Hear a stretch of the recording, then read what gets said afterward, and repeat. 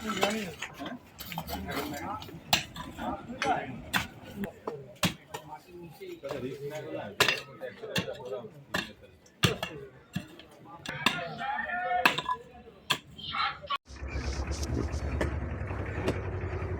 আমরা এই গাজীপুরের কাশিমপুর থানার এই সুরাবাড়ি এলাকায় জ্বালানি ও খনিজ সম্পদ বিভাগ থেকে তিতাস গ্যাসের অবৈধ সংযোগ উচ্ছেদ উপলক্ষে যে মোবাইল কোর্ট পরিচালনা করছি এবং উচ্ছেদ কার্যক্রম করছি। এতে প্রায় 2 কিলোমিটার এলাকার লাইন আমরা উচ্ছেদ করেছি এবং এখানে আমরা 300 মিটার পাইপ জব্দ করেছি। এছাড়া প্রায় 600 বাসাবাড়ি আমরা লাইন বিচ্ছিন্ন করেছি।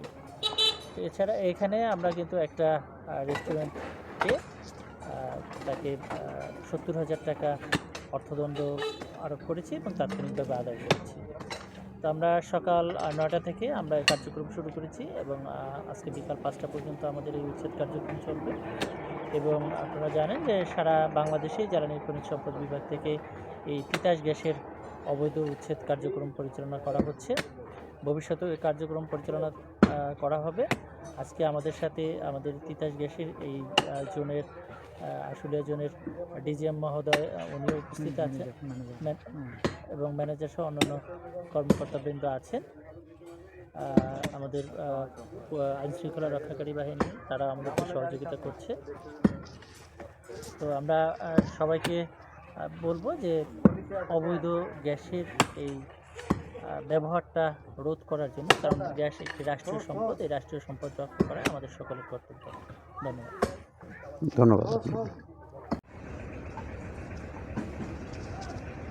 পুলিশ